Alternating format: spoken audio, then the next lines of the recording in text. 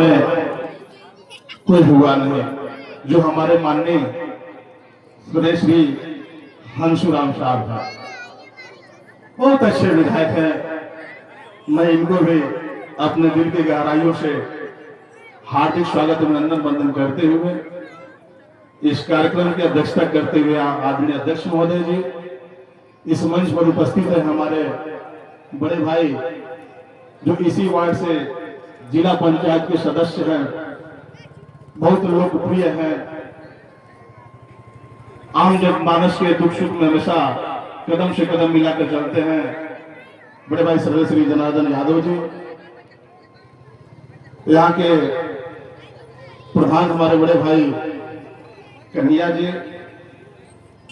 हमारे गजियापुर ग्राम सभा जहां से हम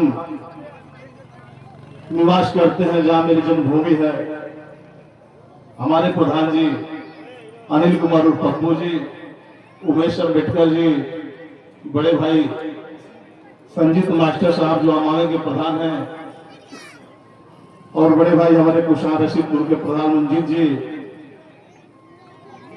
विपिन मिश्रा जी, अरबाज भाई जो हमारे बहुत बड़ा मजीद मित्र हैं, भार्गव जी,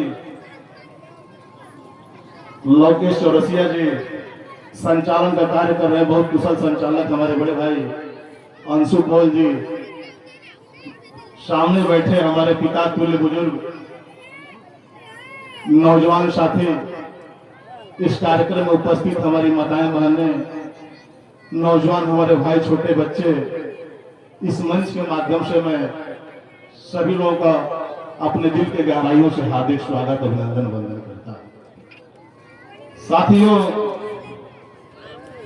इस मंच पर आप लोगों के बीच में विद्वान व्यक्ति बैठे हुए हैं जो पीसीएस प्रोमोटेड आईएएस अफसर और आपके विधानसभा बेलखौर के विधायक, यदि इनके सामने हम दो शब्द बोले तो सूर्य के सामने दीपक के बराबर होगा।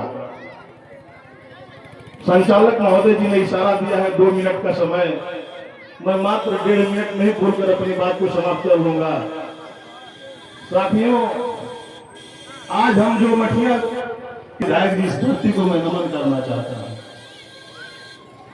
यहाँ की माटी कुंदन से कम नहीं, यहाँ के लोग बंधन से कम नहीं। यहाँ की माटी कुंदन से कम नहीं, यहाँ के लोग बंधन से कम नहीं। उठाओ माटी लगा लो अपने ललाट पर, यह मोहम्मदपुर मठिया की माटी किसी चंदन से कम नहीं, किसी चंदन से कम। साथियों, आज बाबा साहब डॉक्टर बी.आर. अम्बेडकर जी के जयंती समारोह है, और बाबा साहब के जयंती समारोह में हम उनके जीवनी पर जितना ही प्रकाश डालेंगे उतना ही कम होगा। तो मैं एक उदाहरण से आप लोगों को उनके जन्म जयंती के बारे में बता देना चाहता हूं, उनके जीवनी के बारे में बता देना चाहता हूं। जो मेरे सामने दाहिने तरफ आम का पेड़, हेलो हेलो, पिता तुल्य बुजुर्गों, नौजवान साथियों, माताएं बहनें, मैं बाबा साहब के जीवन पर क्या प्रकाश डालूं? यदि जितना भी कहूंगा, जितना भी बोलूंगा उतना ही कम होगा। तो मैं 1 मिनट में आपको उदाहरण देना चाहता हूं। हमारे बगल में जो आम का पेड़ है, इसी पेड़ को उदाहरण दे देना चाहता हूं। विपिन मिश्रा जी, जरा ध्यान से सुनिएगा। संपूर्ण हिंदुस्तान के पेड़ के पत्तों को कागज बना दिया जाए और इनके टहनियों को कलम बना दिया जाए, और किसी लेखक या कवि से यह कह दिया जाए कि बाबा साहब डॉक्टर बी.आर. अम्बेडकर जी के जीवनी पर प्रकाश डालो, उनके कृतियों को वर्णन करो, तो ऐ मेरे साथी अरुण राजभर दावे के साथ कहता है किसी लेखक या कवि में दम नहीं है कि बाबा साहब डॉक्टर बी.आर. अम्बेडकर जी की जीवनी पर पूरा प्रकाश डाला। ऐसे हमारे महान महापुरुष हैं। भारत रत्न नहीं, विश्व रत्न है। और आज हम बाबा साहब डॉक्टर बी.आर. अम्बेडकर जी की जयंती समारोह को मना रहे हैं। इनका जयंती मनाना तब सफल होगा जब इनके अनुसार हम अपना कार्य करेंगे, इनकी बात को हम पालन करेंगे, इनकी बात को हम मानेंगे। आप सभी लोग जानते होंगे कि बाबा साहब डॉक्टर बी.आर. अम्बेडकर जी का जन्म 14 अप्रैल 1897 ईस्वी में मध्य प्रदेश के मऊ छावनी में।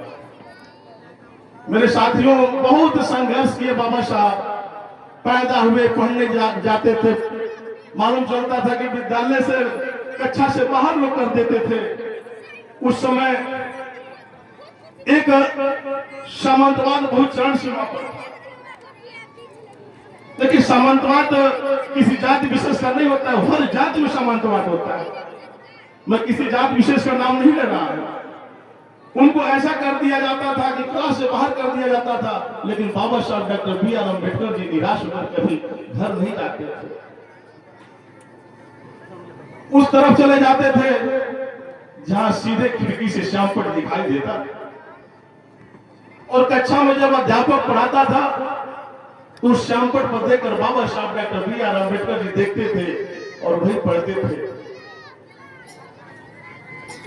खिड़की से देखकर श्यामपट पर बाबा साहब doctor B are Ambedkar ji ने अपनी शिक्षा को ग्रहण किया।